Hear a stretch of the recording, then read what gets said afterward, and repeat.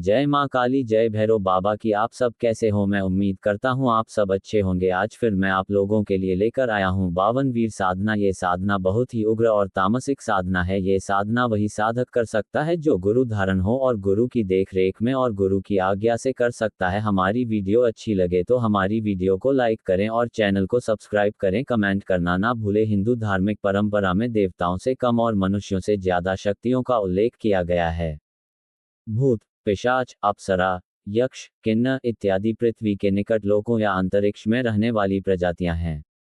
ऐसी ही एक प्रजाति है वीर। वीर या वीर भैरव बाबा के गण हैं। मान लीजिए भैरव बाबा के सब चेले हैं। पृथ्वीराज रासों में वीर साधना का वर्णन किया गया है। मुख्यतः 52 वीरों के बारे में जानकारी प्राप्त है। क्षेत्रपाल वीर, बटुक वीर, शमशान वीर, अस्थिमुख वीर, विभीषण वीर इत्यादि वीरों के नाम हैं। ये सभी काली माता के भी दूत हैं। जब कोई काली माता का अनुष्ठान करता है तब ये वीर साधक के सामने आने लगते हैं। वीर साधना यह विशुद्ध तांत्रिक साधना है। यह अत्यधिक सामर्थ्य वाला वीर है। इस वीर का उपयोग मारण कर्म में किया जाता है।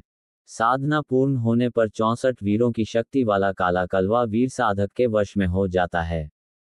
साधक इस वीर से अपना काम निकाल लेता है। ये साधना चैत, बैशाख और जेठ के महीने में शमशान घाट में की जाती है। साधना करने से पहले कुछ सामग्री इकट्ठा कर ले। 1.25 मीटर लाल वस्त्र, 5 लाल रंग के फूल, खीर, 1 सुपारी और लौंग, गुड़, सिंदूर और घी ले। सारी सामग्री को इकट्ठी करके आधी रात को शमशान में जाएं। जब आप पहली बार वहां जाते हैं तो हाथ में जल लेकर उसके बाद उसे नीचे गिरा देते हुए संकल्प लें कि है शमशान के भैरव स्वरूप वीर मैं आपको सिद्ध करना चाहता हूं। इसके लिए मैं 21 दिन का साधना संकल्प लेता हूं।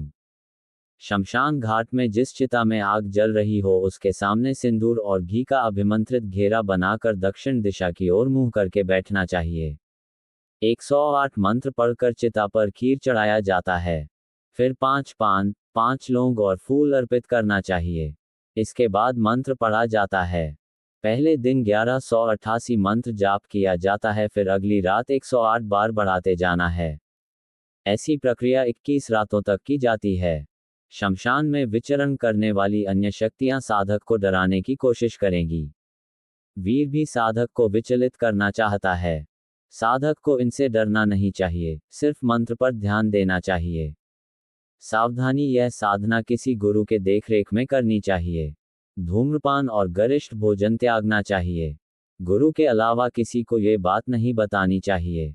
साधना के बीच डरने पर अन्य तामसिक शक्तियां व्यक्ति पर हावी हो जाती है और उसे बर्बाद भी कर सकती हैं। वीर साधना पूर्ण होने पर वीर प्रत्यक्ष आकर खड़ा हो जाता है साधक के सामने। साधक इससे डरे नहीं। इससे 3 वचन ले। पहला वचन, मेरी इच्छा अनुसार ही आपको कम करने हैं। और दूसरा वचन ले, मुझे बिना पूछे आपको कुछ नहीं करना है। और तीसरा वचन ले, जब भी मंत्र जाप करके आपको बुलाऊं आपको आना होगा। वीर सिद्ध होने के बाद साधक को किसी से बैर नहीं रखना चाहिए। अगर वीर सिद्ध करने वाला अपने मन में किसी से बैर रखता है तो तुरंत वीर उससे बदला लेने चल पड़ता है। इसलिए साधक को किसी से वैर भाव नहीं रखना चाहिए और साधक किसी को भी देखकर जान सकता है कि उसकी मौत कब और कैसे होगी। साधक के अंदर काम करने की ताकत आ जाती है।